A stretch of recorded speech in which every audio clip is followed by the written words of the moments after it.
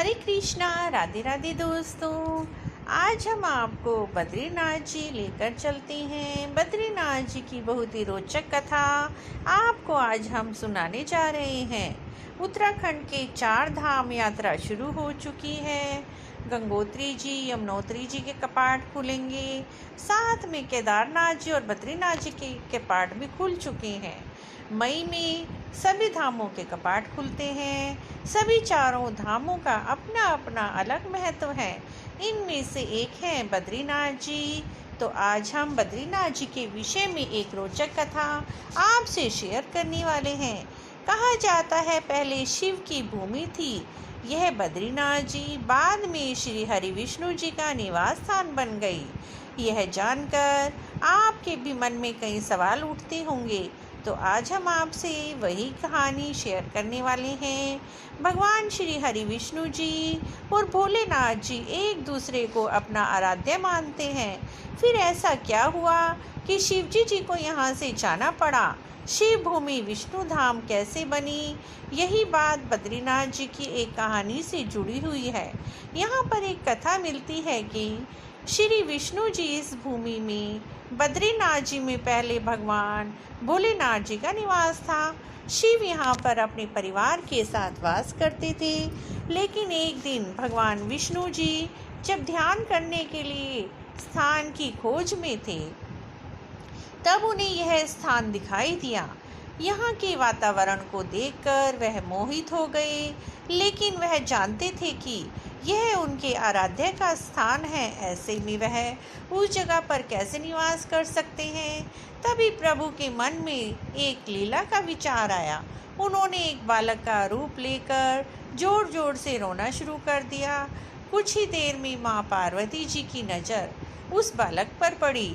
बालक को चुप कराने का पार्वती जी प्रयास करने लगी, लेकिन वह तो चुप ही नहीं हो रहा था। इसके बाद माता उसे अंदर लेकर गई। भोलेनाथ जी समझ गए कि यह तो श्री हरि विष्णु जी हैं। उन्होंने माँ पार्वती जी से कहा कि बालक को छोड़ दे, वह अपने आप ही चला जाएगा। लेकिन पार्वती माँ नहीं मानी और उस बालक को सुलाने के लिए भीतर लेकर आ गई। जब बालक सो गया तो माँ पार्वती जी बाहर चली गई। इसके बाद शुरू हुई विष्णु भगवान जी की एक और लीला। उन्होंने भीतर से घर के दरवाजे बंद कर लिए। जब भोलेनाथ लौटे तो भगवान विष्णु जी ने कहा, यह स्थान मुझे बहुत पसंद आ गया है, आप यहाँ से केदारनाथ जी जाएं। मैं इसी स्थान पर अपने भक्तों को दर्शन दूंगा।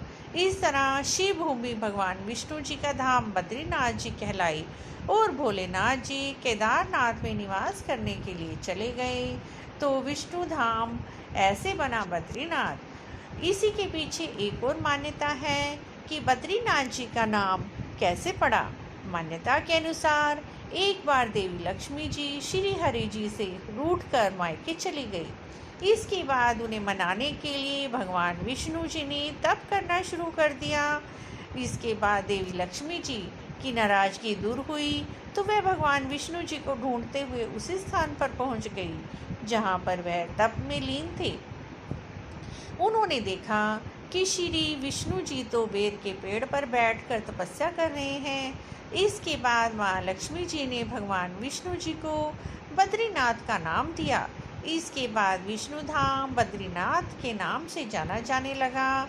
तो मित्रों, बद्रीनाथ जी की ये कहानी आपको कैसी लगी कमेंट बॉक्स में अवश्य लिखें और यह भी बताएं कि बद्रीनाथ जी की यह कथा आपको कैसी लगी। 2 पर्वत श्रृंखलाओं के बीच में ही है बद्रीनाथ धाम। बद्रीनाथ धाम अलकनंदा नदी के तट पर बाएं ओर नर और नारायण नाम के 2 पर्वत श्रृंखलाओं के बीच में स्थित है। अगर मित्रों आपको यह बद्रीनाथ जी की कहानी अच्छी लगी है तो प्लीज़ चैनल को सब्सक्राइब करें और कमेंट बॉक्स में जय बद्रीनारायण अवश्य लिखें। जय बद्रीनारायण दोस्तों।